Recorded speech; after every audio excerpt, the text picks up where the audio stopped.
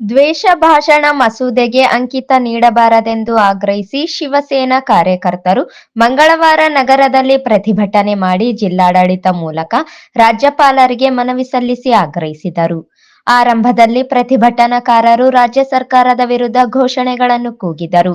ದ್ವೇಷ ಭಾಷಣ ಮಸೂದೆಗೆ ವಿರೋಧ ವ್ಯಕ್ತಪಡಿಸಿ ಆಕ್ರೋಶ ಹೊರಹಾಕಿದರು. ಸರ್ಕಾರದ ವೈಫಲ್ಯದ ಮುಚ್ಚಿ ಹಾಕಲು ಹೊಸ ಮಸೂದೆ ನಾಟಕಕ್ಕೆ ಅಭಿವ್ಯಕ್ತಿ ಸ್ವಾತಂತ್ರ್ಯ ನಮ್ಮ ಜನ್ಮಸಿದ್ಧ ಹಕ್ಕು. ಇದನ್ನು ಕಸಿದುಕೊಳ್ಳುವುದು ಬಿಡುವುದಿಲ್ಲ. ಸಂವಿಧಾನ ನೀಡಿದ ಮಾತನಾಡುವ ಹಕ್ಕನ್ನು ಹತ್ತಿಕ್ಕಬೇಡಿ. ಅಡಗಿಸುವ ದೇಶ ಭಾಷಣ ಮಸೂದೆಗೆ ಕಾಂಗ್ರೆಸ್ ಸರ್ಕಾರಕ್ಕೆ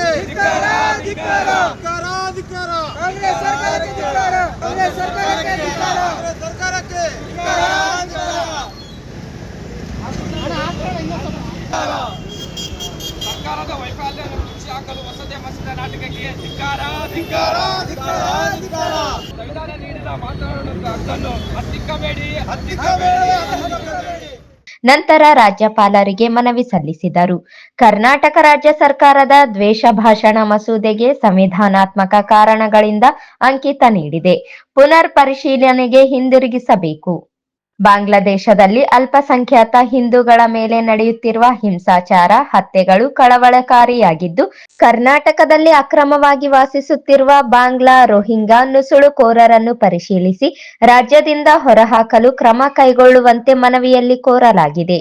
ಕರ್ನಾಟಕ ರಾಜ್ಯ ಸರ್ಕಾರದಿಂದ ಅಂಗೀಕರಿಸಲಾದ ದ್ವೇಷ ಭಾಷಣ ಮಸೂದೆಯು ಸಂವಿಧಾನ ವಿಧಿ 19(1)(a) ಅಡಿಯಲ್ಲಿ ಖಚಿತಪಡಿಸಲಾದ ವಾಕ್ ಮತ್ತು ಅಭಿವ್ಯಕ್ತಿ ಸ್ವಾತಂತ್ರ್ಯಕ್ಕೆ ಗಂಭೀರ ಪರಿಣಾಮ ಬೀರುವ ಸಾಧ್ಯತೆ ಇರುವುದರಿಂದ ಸಂವಿಧಾನದ ವಿಧಿ 200ರ ಅಡಿಯಲ್ಲಿ ನಿಮ್ಮ ವಿವೇಕಾಧಿಕಾರವನ್ನು ಬಳಸಿ ಅಂಕಿತ ನೀಡದೆ ಪುನರ್ ಪರಿಶೀಲನೆಗೆ ಸರ್ಕಾರಕ್ಕೆ ಹಿಂದಿರುಗಿಸುವಂತೆ ವಿನಂತಿಸುತ್ತೇವೆ. ಬಾಂಗ್ಲಾದೇಶದಲ್ಲಿ ಅಲ್ಪಸಂಖ್ಯಾತ ಹಿಂದೂ ಹಿಂಸಾಚಾರ, ಹತ್ಯೆಗಳು ಹಾಗೂ ಮಾನವ ಹಕ್ಕು ಉಲ್ಲಂಘನೆಗಳ ಕುರಿತು ಕಳವಳ ವ್ಯಕ್ತಪಡಿಸಿ ಅದರ ಪರಿಣಾಮವಾಗಿ ಉಂಟಾಗುವ ಆಂತರಿಕ ಭದ್ರತೆ ಮತ್ತು ಕಾನೂನು ಸುವ್ಯವಸ್ಥೆಯ ಆತಂಕಗಳನ್ನು ಗಮನದಲ್ಲಿಟ್ಟುಕೊಂಡು ಕರ್ನಾಟಕದಲ್ಲಿ ಅಕ್ರಮವಾಗಿ ವಾಸಿಸುತ್ತಿರುವ ಬಾಂಗ್ಲಾ ರೋಹಿಂಗ್ಯಾ ಅಕ್ರಮ ನುಸುಳುಕೋರರ ಕುರಿತು ತುರ್ತು ಪರಿಶೀಲನೆ ನಡೆಸಿ ಪ್ರಚಲಿತ ಕಾನೂನುಗಳ ಪ್ರಕಾರ ಕ್ರಮ ಕೈಗೊಳ್ಳುವಂತೆ ಆಗ್ರಹಿಸುತ್ತೇವೆ. ಕನ್ನಡಿಗರ ಉದ್ಯೋಗ, ವ್ಯಾಪಾರಕ್ಕೆ ಜೊತೆಗೆ ರಾಜ್ಯದ ಕಾನೂನು ಸುವ್ಯವಸ್ಥೆಗೆ ಕಂಟಕವಾಗಿದ್ದಾರೆ. ಅತ್ಯಾಚಾರ, ಕೊಲೆ, ಮಾದಕ ದ್ರವ್ಯ ಮಾರಾಟ, ವೇಶ್ಯಾವಾಟಿಕೆ ಇತ್ಯಾದಿ ಕಾನೂನು ಬಾಹಿರ ಕೃತ್ಯದಲ್ಲಿ ತೊಡಗಿದ್ದಾರೆ.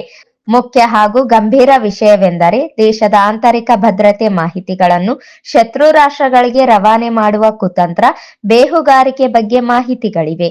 ಸ್ಥಳೀಯ ಕನ್ನಡಿಗರ ಜೊತೆಗೆ ಇವರು ಸಾಕಷ್ಟು ಜಗಳ, ಹೊಡೆದಾಟ, ಕಿರುಕುಳ ನೀಡುತ್ತಿದ್ದು ಇವರನ್ನು ರಾಜ್ಯದಿಂದ ಹೊರಹಾಕದಿದ್ದರೆ ಕನ್ನಡಿಗರು ಸಿಡಿದೇಳುವ ಮಟ್ಟಕ್ಕೆ ಆಕ್ರೋಶಗೊಂಡಿದ್ದಾರೆ. ಆದ್ದರಿಂದ ತುರ್ತಾಗಿ ಇದರ ಬಗ್ಗೆ ನಿರ್ಣಯ ಮಾಡಲು ಆಗ್ರಹಿಸುತ್ತೇವೆ. 2 ವಿಷಯಗಳು: ಭಾರತ ಸಂವಿಧಾನ, ಪ್ರಜಾಪ್ರಭುತ್ವ ಮೌಲ್ಯಗಳು, ಕಾನೂನು ಮತ್ತು ರಾಷ್ಟ್ರೀಯ ಹಿತಾಸಕ್ತಿಗಳ ಹಿನ್ನೆಲೆಯಲ್ಲಿ ಈ ಮನವಿ ಸಲ್ಲಿಸಲಾಗುತ್ತಿದೆ. ರಾಜ್ಯದ ಸಂವಿಧಾನಾತ್ಮಕ ಮುಖ್ಯಸ್ಥರಾಗಿರುವ ನಿಮ್ಮ ಗೌರವಾನ್ವಿತ ಸ್ಥಾನದಿಂದ ಮೇಲ್ಕಂಡ ಅಂಶಗಳನ್ನು ಗಂಭೀರವಾಗಿ ಪರಿಶೀಲಿಸಿ ಪ್ರಜಾಪ್ರಭುತ್ವ, ಮೂಲಭೂತ ಹಕ್ಕುಗಳು, ಸಾರ್ವಜನಿಕ ಶಾಂತಿ ಮತ್ತು ಕಾನೂನು ಸುವ್ಯವಸ್ಥೆಯ ಹಿತದೃಷ್ಟಿಯಿಂದ ಅಗತ್ಯ ಕ್ರಮಕ್ಕಾಗಿ ಸರ್ಕಾರಕ್ಕೆ ತುರ್ತು ಮಾರ್ಗದರ್ಶನ ನೀಡುವಂತೆ ವಿನಂತಿಸುತ್ತೇವೆ ಎಂದು ಮನವಿಯಲ್ಲಿ ಕೋರಲಾಗಿದೆ.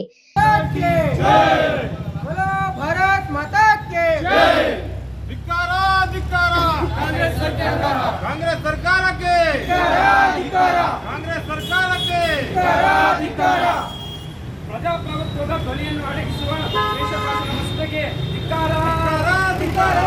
ಹೊಸ ಮಸೂದೆ ನಾಟಕ.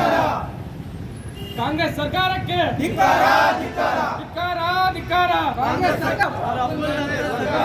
ಸರ್ಕಾರ ಅಂತೆ ಸರ್ಕಾರ ಸಿದ್ದರಾಮಯ್ಯ ಸರ್ಕಾರಕ್ಕೆ ಭಾರತ್ ಮಾತಾಕ್ಕೆ